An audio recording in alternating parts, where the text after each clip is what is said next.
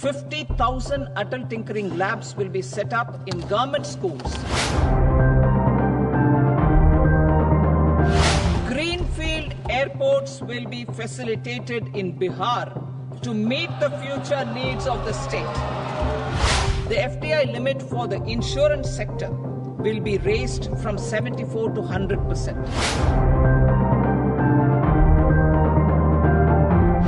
36 life-saving drugs and medicines to the list of medicines fully exempted from basic custom duty.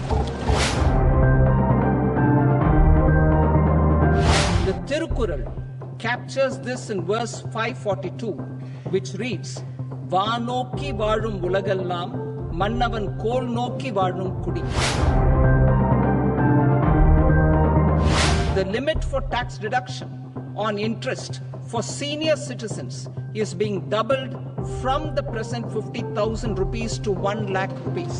I am now happy to announce that there will be no income tax payable up to income of 12 lakh rupees.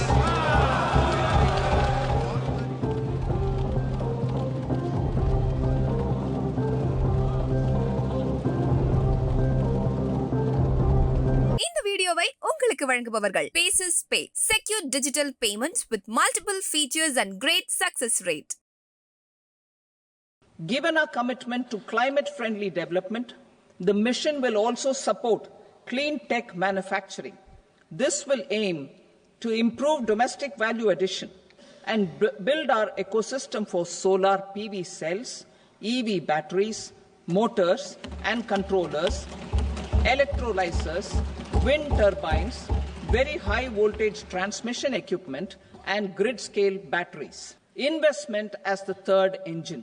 Now I move to investment as the third engine, which encompasses investing in people, investing in the economy, and investing in innovation.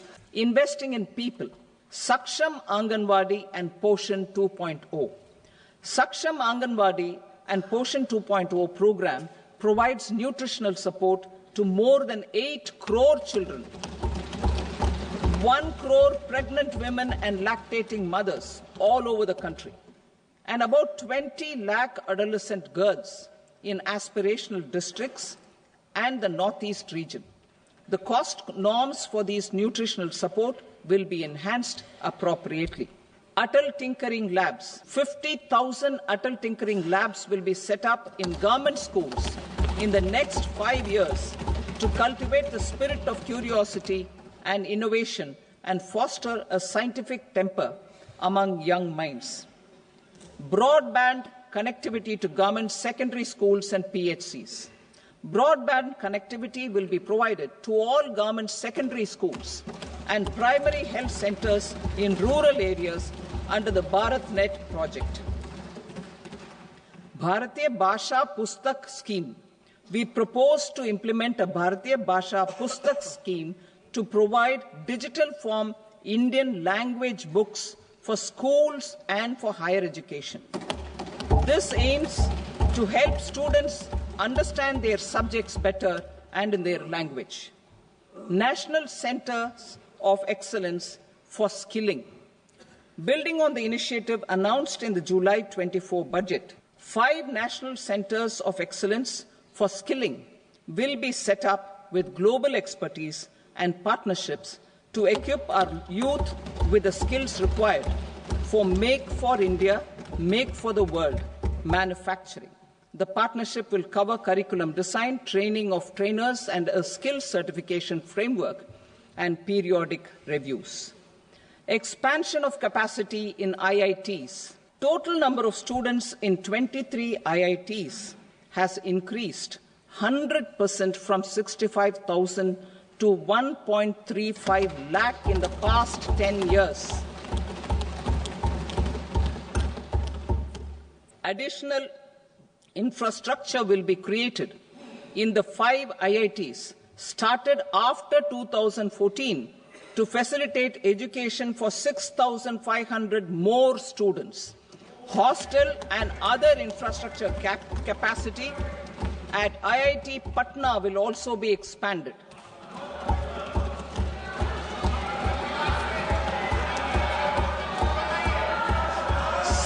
of Excellence.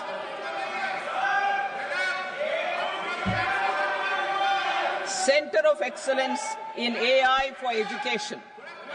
I had announced 3 centers of excellence in artificial intelligence for agriculture, health, and sustainable cities in 2023.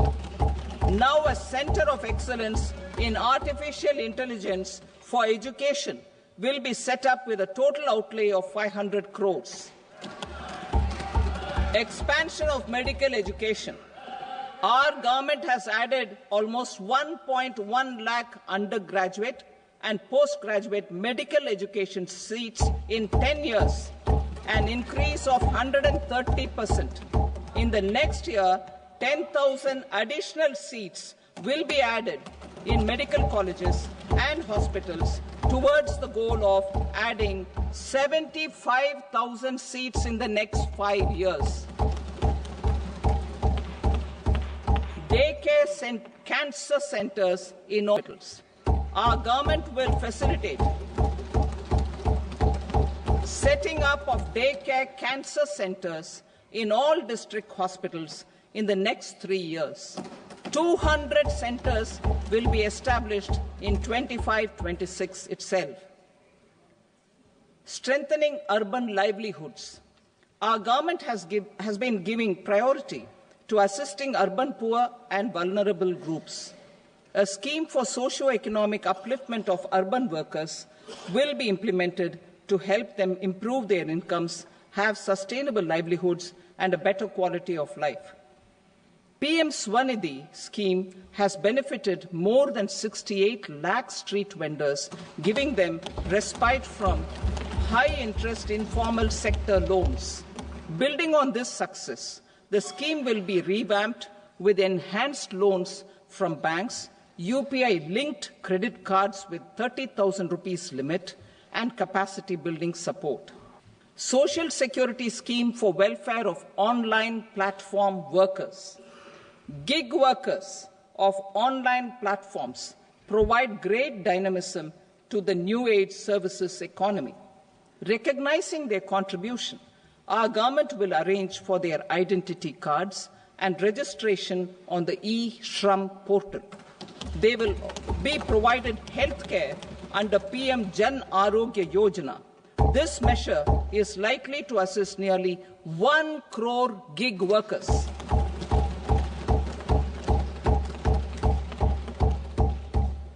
Investing in the economy. Public-private partnership in infrastructure. Each infrastructure-related ministry will come up with a 3-year pipeline of projects that can be implemented in PPP mode. States will also be encouraged to do so and can seek support from the India Infrastructure Project Development Fund, which is a scheme to prepare PPP proposals. Support to states for infrastructure. An outlay of 1.5 lakh crore is proposed for the 50-year interest-free loans to states for capital expenditure and incentives for reforms. Building on the success of the first asset monetization plan announced in 2021, the second plan for 2025 to 30 will be launched to plow back capital of 10 lakh crore in new projects. Regulatory and fiscal measures will be fine-tuned to support the plan. Jal Jeevan Mission. Since 2019, 15 crore households, representing 80% of India's rural population, have been provided access to portable tap water connections. To achieve 100% coverage, I am pleased to announce the extension of this mission until 2028 with an enhanced total outlay. The mission's focus will be on the quality of infrastructure and O&M of rural piped water supply schemes through Jan Bhagidari. A separate MOU or separate MOUs will be signed with the states and union territories to ensure sustainability and citizen-centric water services delivery. Urban sector reforms. Building on the July budget proposals, urban sector reforms related to governance, municipal services, urban land and planning will be incentivized. Urban Challenge Fund. The government will set up an urban challenge fund of 1 lakh crore rupees to implement the proposals for cities as growth hubs, creative redevelopment of cities, and for water and sanitation purposes announced in the July budget. This fund will finance up to 25% of the cost of bankable projects, with a stipulation that at least 50% of the cost is funded from bonds, bank loans, and PPPs. An allocation of 10,000 crore is proposed in 2025-26. Power sector reforms. We will incentivize electricity distribution reforms and augmentation of intra-state transmission capacity by states.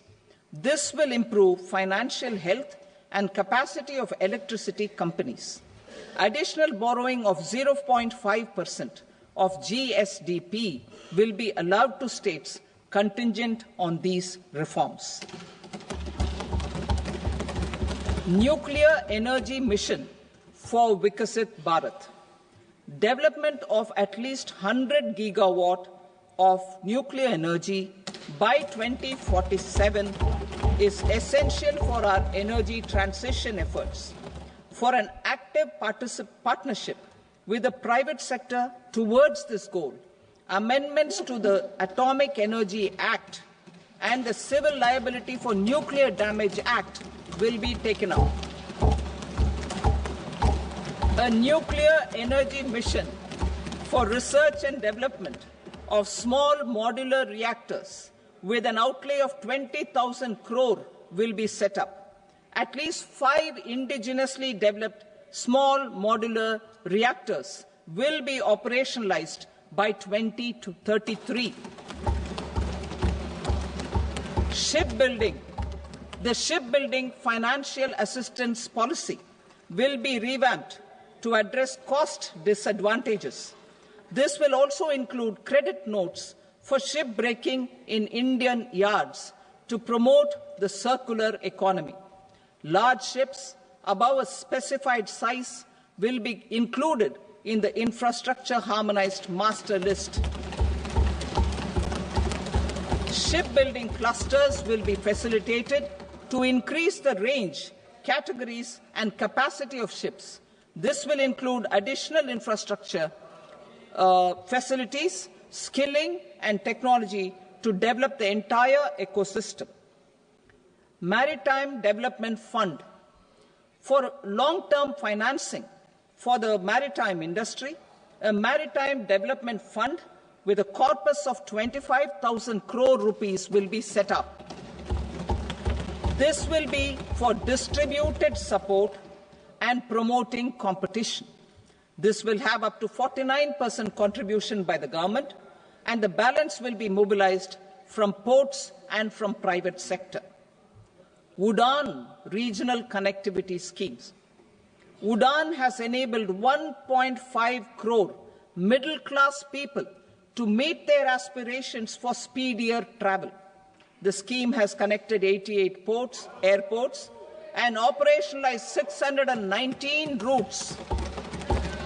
Inspired by that success, a modified UDAN scheme will be launched to enhance regional connectivity to 120 new destinations and carry 4 crore passengers in the next 10 years. 4 crore additional passengers in the next 10 years. The scheme will also support helipads and smaller airports in hilly, aspirational, and northeast regional districts. Greenfield airports will be facilitated in Bihar to meet the future needs of the state.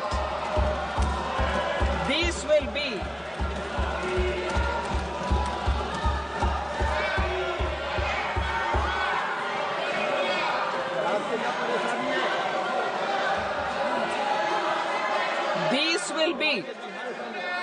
These will be in addition to the expansion of the capacity of Patna Airport and a brownfield airport in Beta. Western Kosi Canal project in Mithilanchal. Financial support will be provided for the Western Kosi Canal ERM project, benefiting a large number of farmers, cultivating over 50,000 hectares of land in the Mithilanchal region of Bihar. Mining sector reforms, including those for minor minerals, will be encouraged through sharing of best practices and institutions of a state mining index. A policy for recovery of critical minerals from tailings will be brought out. Under the special window for affordable and mid-income housing, SWAMI, 50,000 dwelling units in stressed housing projects have been completed and keys handed over to home buyers. Another 40,000 units will be completed in 2025, further helping middle-class families who were paying EMIs on loans taken for apartments while also paying rent for their current dwellings.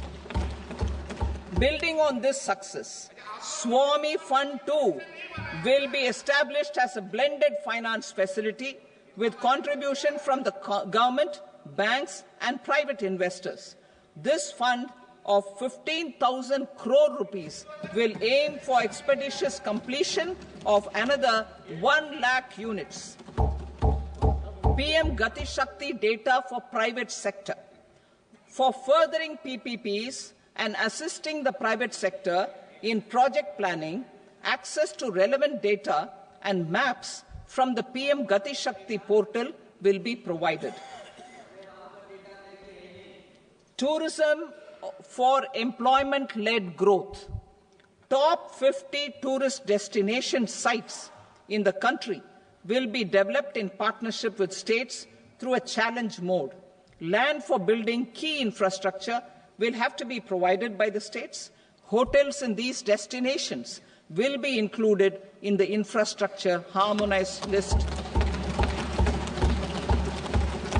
The following measures will be taken for facilitating employment-led growth.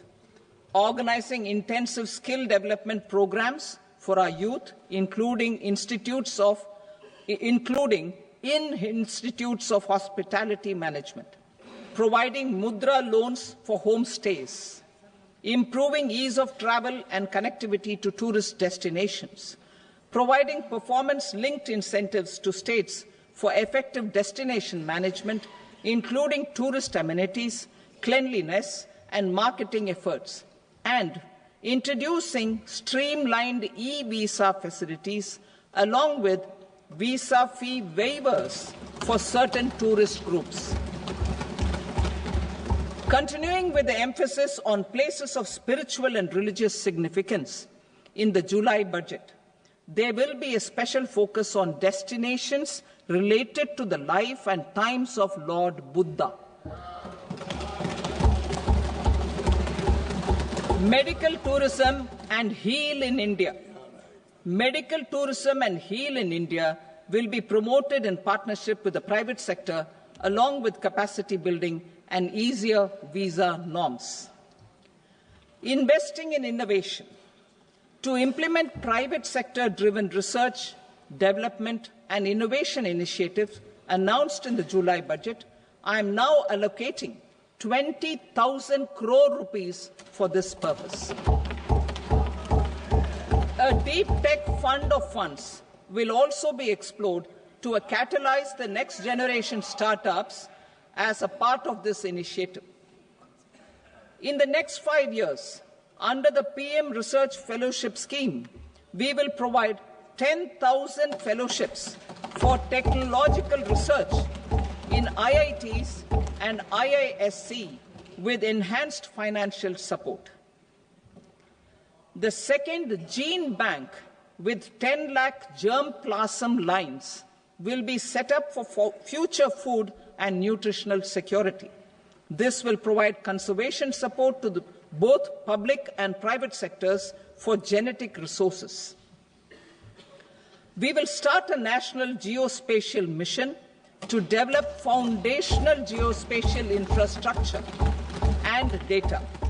Using PM Gati Shakti, this mission will facilitate modernization of land records, urban planning, and design of infrastructure projects. A Gyan Bharatam mission for survey, documentation, and conservation of our manuscript heritage with academic institutions, museums, libraries, and private collectors will be undertaken to cover more than 1 crore manuscripts. We will set up a national digital repository of Indian knowledge systems for knowledge sharing. Now I move to exports as the fourth engine. We will set up an export promotion mission with sectoral and ministerial targets driven jointly by the Ministries of Commerce, MSME, and Finance. It will facilitate easy access to export credit, cross-border factoring support, support to MSMEs to tackle non-tariff measures in overseas markets.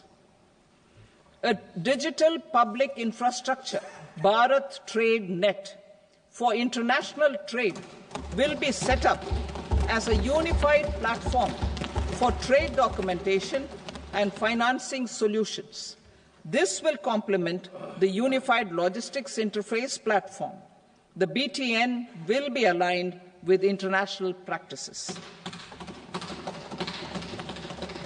Support will be provided to develop domestic manufacturing capacities for our economy's integration with global supply chains. Sectors will be identified based on objective criteria. Facilitation groups with participation of senior officers and industry representatives will be formed for select products and supply chains.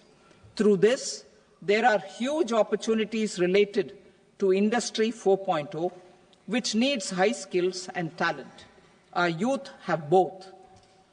Our government will support the domestic electronic equipment industry to leverage this opportunity for the benefit of our youth.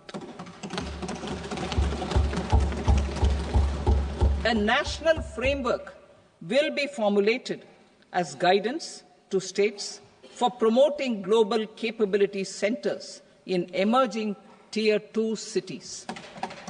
This will suggest measures for enhancing availability of talent and infrastructure, building bylaw reforms, and mechanisms for collaboration with industry. Our government will facilitate upgradation of infrastructure and warehousing for air cargo, including high-value perishable horticultural produce. Cargo screening and customs protocol will be streamlined and made user-friendly. Reforms as the fuel. Over the past 10 years, our government has implemented several reforms for convenience of taxpayers, such as faceless assessment, 2, taxpayer charter, 3, faster returns, 4, almost 99% returns being on self-assessment, and 5, Vivad Se Vishwas scheme.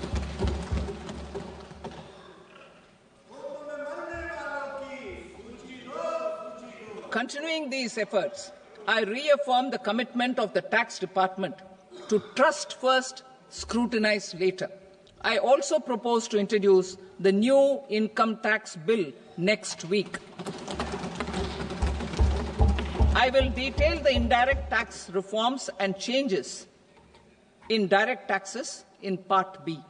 Financial sector reforms. The FDI limit for the insurance sector will be raised from 74 to 100%.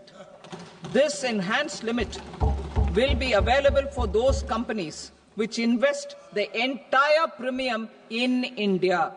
The current guardrails and conditionalities associated with foreign investment will be reviewed and simplified. The services of India Post Payment Bank will be deepened and expanded in rural areas. NABFID will set up a partial credit enhancement facility for corporate bonds for infrastructure. Public sector banks will develop Grameen Credit Score Framework to serve the credit needs of SHG members and people in rural areas. A forum for regulatory coordination and development of pension products will be set up. To implement the earlier announcement on simplifying the KYC processes, the revamped Central KYC Registry will be rolled out in 2025. We will also implement a streamlined system for periodic updating.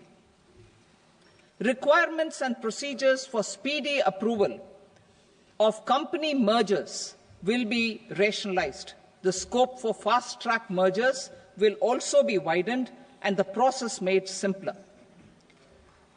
As proposed in the interim budget, we signed bilateral investment treaties with 2 countries in 2024 to encourage sustained foreign investment, and in the spirit of First Develop India, the current model BIT will be revamped and made more investor-friendly. In the last 10 years, in several aspects, including financial and non-financial, our government has demonstrated a steadfast commitment to ease of doing business. We are determined to ensure that our regulations must keep up with technological innovations and global policy developments. A light-touch regulatory framework based on principles and trust will unleash productivity and employment. Through this framework, we will update regulations that were made under old laws. To develop this modern, flexible, people-friendly and trust-based regulatory framework appropriate for the 21st century, I propose 4 specific measures. A high-level committee for regulatory reforms will be set up for a review of all non-financial sector regulations, certifications, licenses, and permissions. The committee will be expected to make recommendations within a year.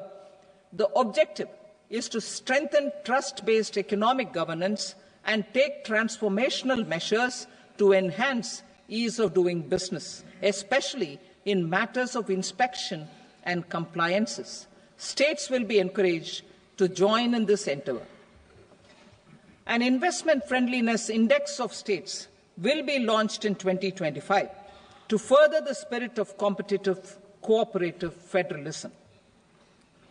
Under the Financial Stability and Development Council, a mechanism will be set up to evaluate impact of the current financial regulations and subsidiary instructions. It will also formulate a framework to enhance their responsiveness and development of the financial sector. In the Jan Vishwas Act 2023, more than 180 legal provisions were decriminalized. Our government will now bring up the Jan Vishwas Bill 2.0 to decriminalize more than 100 provisions in various laws. I now move to fiscal policy. In the July budget, I had committed to staying the course for fiscal consolidation. Our endeavour will be to keep the fiscal deficit each year such that central government debt remains on a declining path as a percentage of the GDP. The roadmap for the next 6 years has been detailed in the FRBM statement. Revised estimates for 2024-25. The revised estimate of the total receipts other than borrowings is 31.47 lakh crore rupees, of which the net tax receipts are 25.57 lakh crore rupees. The revised estimate of the total expenditure is 47.16 lakh crore rupees, of which the capital expenditure is about 10.18 lakh crore rupees. The revised estimate of the fiscal deficit is 4.8% of the GDP. Budget estimates for 25-26. Coming to 25-26, the total receipts other than borrowings and total expenditure are estimated at 34.96 lakh crore rupees and 50.65 lakh crore rupees respectively.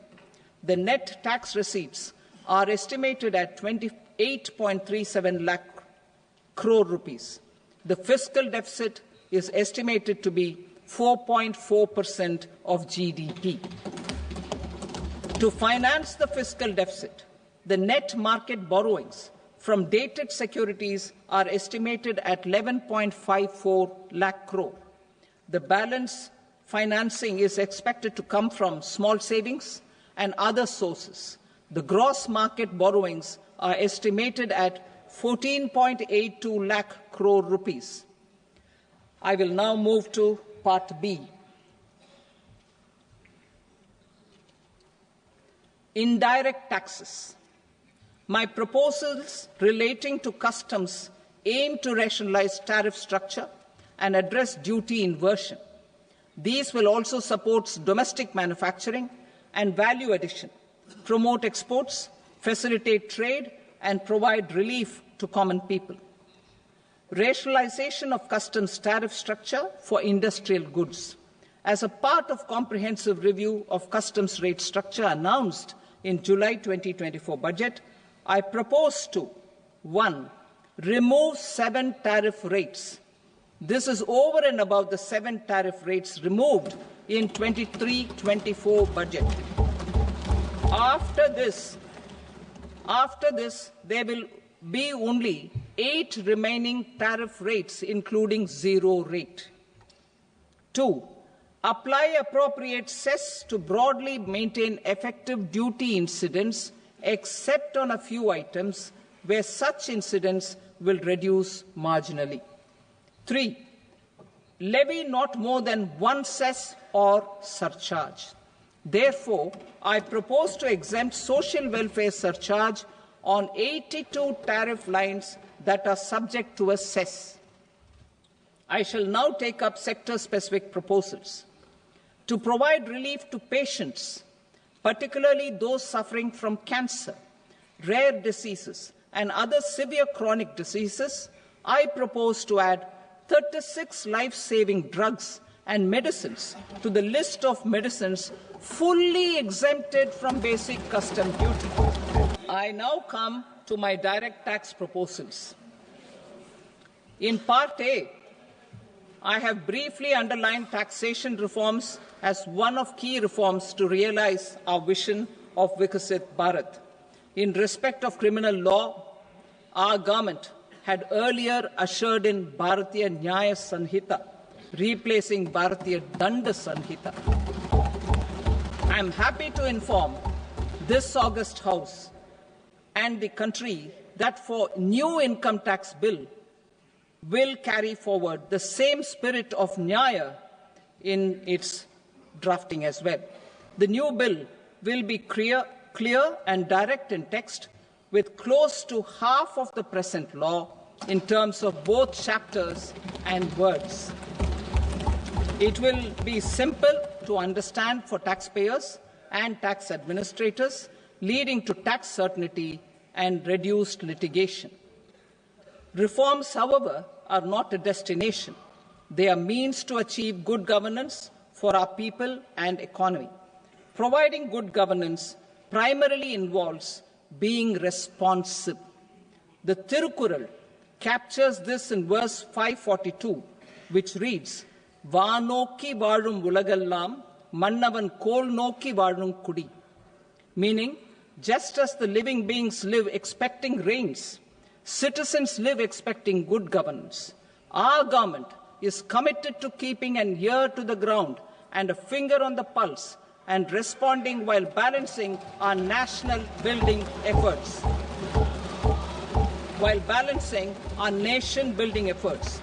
The following measures will detail just how our government will, under the guidance of PM Modi, has taken steps to understand and address. I repeat that sentence, sir. The following measures will detail just how our government, under the guidance of PM Modi, has taken steps to understand and address the needs voiced by our citizens. My tax proposals are guided by this spirit. The objectives of my proposals are as follows. Personal income tax reforms with special focus on middle class. Rationalization of TDS and TCS for easing difficulties. Encouraging voluntary compliance. Reducing compliance burden. Ease of doing business, employment and investment. I will come to my proposal on personal income tax towards the end. TDS and TCS, rationalization for easing difficulties. I propose to rationalize tax deduction at source, TDS, by reducing the number of rates and thresholds above which TDS is deducted. Further, threshold amounts for tax deduction will be increased for better clarity and uniformity. The limit for tax deduction on interest for senior citizens is being doubled from the present 50,000 rupees to 1 lakh rupees. Similarly, the annual limit of 2.40 lakh rupees for TDS on rent is being increased to 6 lakh rupees. This will reduce the number of transactions liable to TDS, thus benefiting small taxpayers receiving small payments. The threshold to collect tax at source, the TCS, on remittances under RBI's liberalized remittance scheme, the LRS, is proposed to be increased from 7 lakh to 10 lakhs. I also propose to remove TCS on remittances for education purposes, where such remittances is out of a loan taken from a specified financial institution. Both TDS and TCS are being applied on any transaction related to sale of goods. To prevent such compliance difficulties, I propose to omit the TCS. I also propose that the provisions of the higher TDS deduction will now apply only in non-PAN cases. In July 2024, the delay for payment of TDS up to the due date of filing statement was decriminalized. I propose to provide the same relaxation to TCS provisions as well. The government under the leadership of Prime Minister Modi believes in Sabka Saath, Sabka Vikas, Sabka Vishwas and Sabka Prayas. In line with this, we brought in updated return facility in 2022 for voluntary compliance by taxpayers who had omitted to report their correct income. Our trust in taxpayers was proved right. Nearly 90 lakh taxpayers voluntarily updated their incomes by paying additional tax. Taking this trust further, I now propose to extend the time limit to file updated returns for any assessment year from the current limit of 2 years to 4 years. I propose to reduce the compliance burden for small charitable trusts and institutions by increasing their period of registration from 5 years to 10 years. It is also proposed that disproportionate consequences do not arise for minor defaults, such as incomplete applications filed by charitable entities. Presently, taxpayers can claim the annual value of self-occupied properties as nil only on the fulfillment of certain conditions. Considering the difficulties faced by taxpayers, it is proposed to allow the benefit of 2 such self-occupied properties without any condition. To streamline the process of transfer pricing and to provide an alternative to yearly examination, I propose to introduce a scheme for determining arm's length price of international transaction for a block period of 3 years. This will be in line with global best practices. With a view to reduce litigation and provide certainty in international taxation, the scope of safe harbor rules is being expanded. A number of senior and very senior citizens have very old national savings schemes accounts. As interest is no longer payable on such accounts, I propose to exempt withdrawals made from NSS by individuals on or after 29th August 2024. I am also proposing to allow similar treatment to NPS Vatsalya accounts as is available to normal NPS accounts subject to overall limits. In my speech in July 2024, I had promised that all processes, including giving effect to appellate orders, shall be digitalized and made paperless over the next 2 years. So I'm happy to announce that digitalization is being made operational now. In July 2024, we brought in the Vivad Se Vishwas scheme to resolve income tax disputes pending in appeal. The scheme has received a great response, with nearly 33,000 taxpayers having availed of the scheme to settle their disputes. I have a few proposals to promote investment and employment. It is proposed to provide a presumptive taxation regime for non-residents who provide services to a resident company that is establishing or operating an electronics manufacturing facility. I further propose to introduce a safe harbor for tax certainty for non-residents who store components for supply to specified electronics manufacturing units. Presently, the tonnage tax scheme is available only to sea-going ships. The benefits of existing tonnage tax scheme are proposed to be extended to inland vessels registered under the Indian Vessels Act 2021 to promote inland water transport in the country. Extension for incorporation of startups. We continue to support the Indian startup ecosystem. I propose to extend the period of incorporation by 5 years to allow the benefit available to startups which are incorporated before 1/4/2030.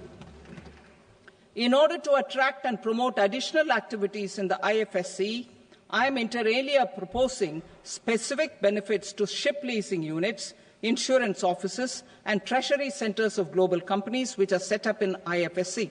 Further, to claim benefits, the cut-off date for commencement in IFSC has also been extended by 5 years to 31/3/2030. Category 1 and Category 2 AIFs are undertaking investments in infrastructure and other such sectors. I propose to provide certainty of taxation to these entities on the gains from securities, to promote funding from sovereign wealth funds and pension funds to the infrastructure sector. I propose to extend the date of making an investment by 5 more years up to 31st March 2030.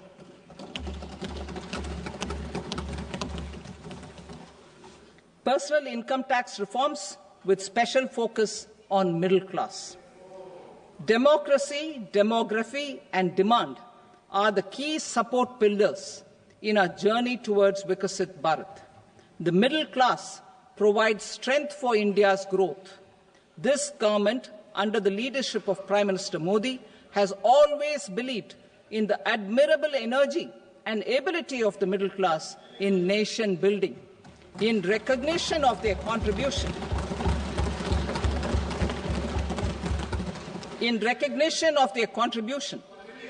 we have periodically reduced their tax burden. Right after 2014, the nil tax slab was raised to 2.5 lakhs of rupees, which was further raised to 5 lakh rupees in 2019 and to 7 lakh rupees in 2023. This is reflective of our government's trust on the middle class taxpayers. I am now happy to announce that there will be no income tax payable up to income of 12 lakh rupees.